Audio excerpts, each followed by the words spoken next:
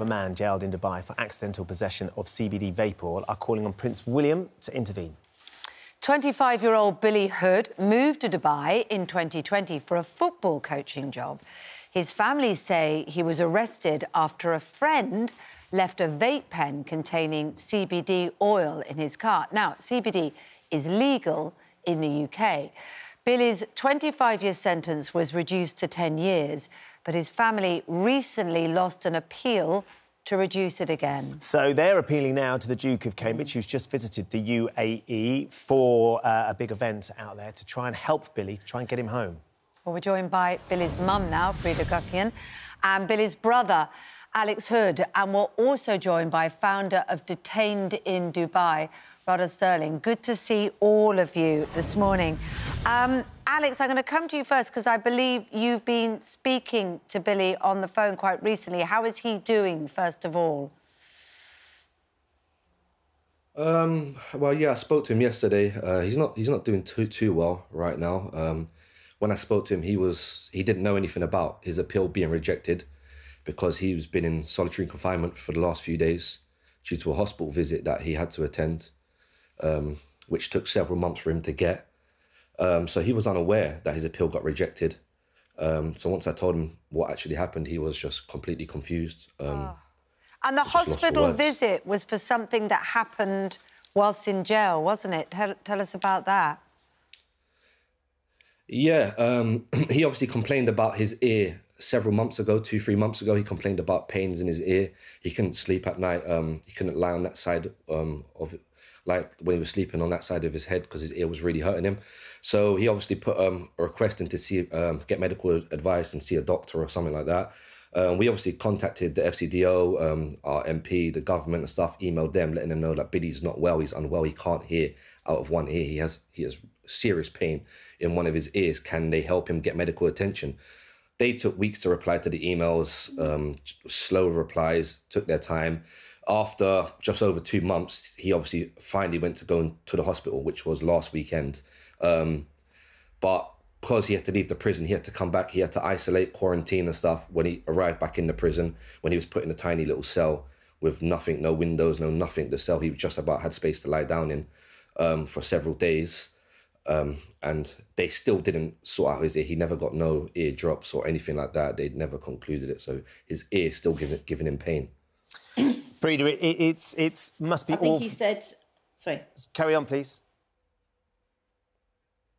No, I think he said he's given up. He said he's going to just lose the hearing in one of his ears. That was the last thing he said to me a few weeks ago. Oh, God. Breda, it must be heartbreaking. It's awful for us to hear. I know that we met you when the initial appeal was going in and the expectation, the hope was that the 25-year sentence was going to be thrown out and he was going to be allowed to come back. Of course, this 10-year sentence, although it's a reduction, I'm sure gave you no comfort whatsoever. None whatsoever. Every charge against Billy has been dropped. Every single charge. It's accidental possession. Unintentional possession for 10 years. That is the crime they said he committed was unintentional possession, which is it's not a crime in any other country in the world. It's unintentional, accidental, however you want to say it. They are admitting that he had these vapes unintentional. He never knew they were in his car, but they still leave him with a 10-year sentence. And just to be clear, you know, to give us a sense of what he was like, he is a fitness freak, isn't he? He was there in Dubai partly because he was trying to get coaching badges to further his coaching career and has always been very anti any drugs of any sort. Correct. Billy is fitness crazy. Football he loves, absolutely loves. He was so into sport and he went to follow his dream. And now we're in a nightmare. Rada, let's come to you because this unintentional possession, and I know that the law has actually changed over there, hasn't it? In January of this year, the law changed regarding the charges that Billy has faced. Is there any suggestion that actually, retrospectively, they can drop those charges and he can come home? They can absolutely retrospectively apply that, and we've seen them do it in other cases, especially in Dubai. But now that this case is in Abu Dhabi, it's a little bit more complicated, and especially given the recent attacks, we feel that that has had an impact on the way that they've been dealing with cases there. This appeal to eliminate this 10-year sentence and overturn it didn't last any more than 60 seconds. Billy wasn't even present for any hearing in regards to that. And this could be because of the security issues faced in Abu Dhabi.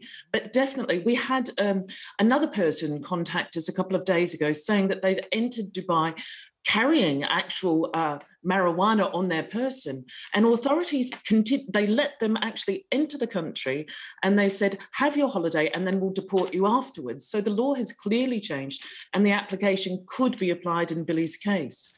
We know that Prince William has gone out for the Expo Festival, hasn't he? Alex, I know that you're appealing to him to try and get involved with the case in some way.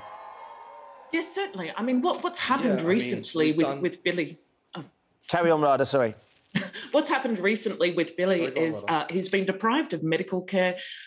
He's complained that he's been beaten in prison during the Prince's visit, which is clearly a slap in the face towards Britain, especially given that the diplomats Liz Truss and Ambassador Moody have actually raised allegations of other people having been beaten by the same authorities where Billy is being housed right now. And they've said to the British government that they are going to take this mistreatment seriously, and yet we have Prince William visiting on a diplomatic mission, and they have apparently abused Billy during this visit. And it's absolutely something that cannot continue any further. It's frightening, and we've had a huge history of this. So we're absolutely asking that Prince William, Ambassador Moody, Liz Truss and the FCDO put an end to this kind of abuse. Well, Breda and Alex, I'm sure you're desperate. Do you have hope of getting a message through to Prince William? I mean, yeah, I'd love to just ask him for his help. If he can do anything in the slightest way, if he could just actually have a look at Billy's case, see how Billy's being treated, see what he's in prison for.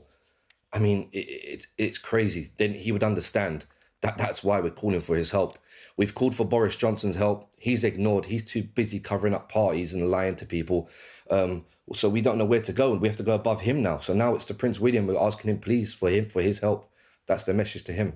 Well, your mother, Prince William, was a humanitarian, and all I ask is, you're a family man, and we just want the last piece of our jigsaw home. So please help us any way you can. Just read Billy's story and help bring Billy home to us.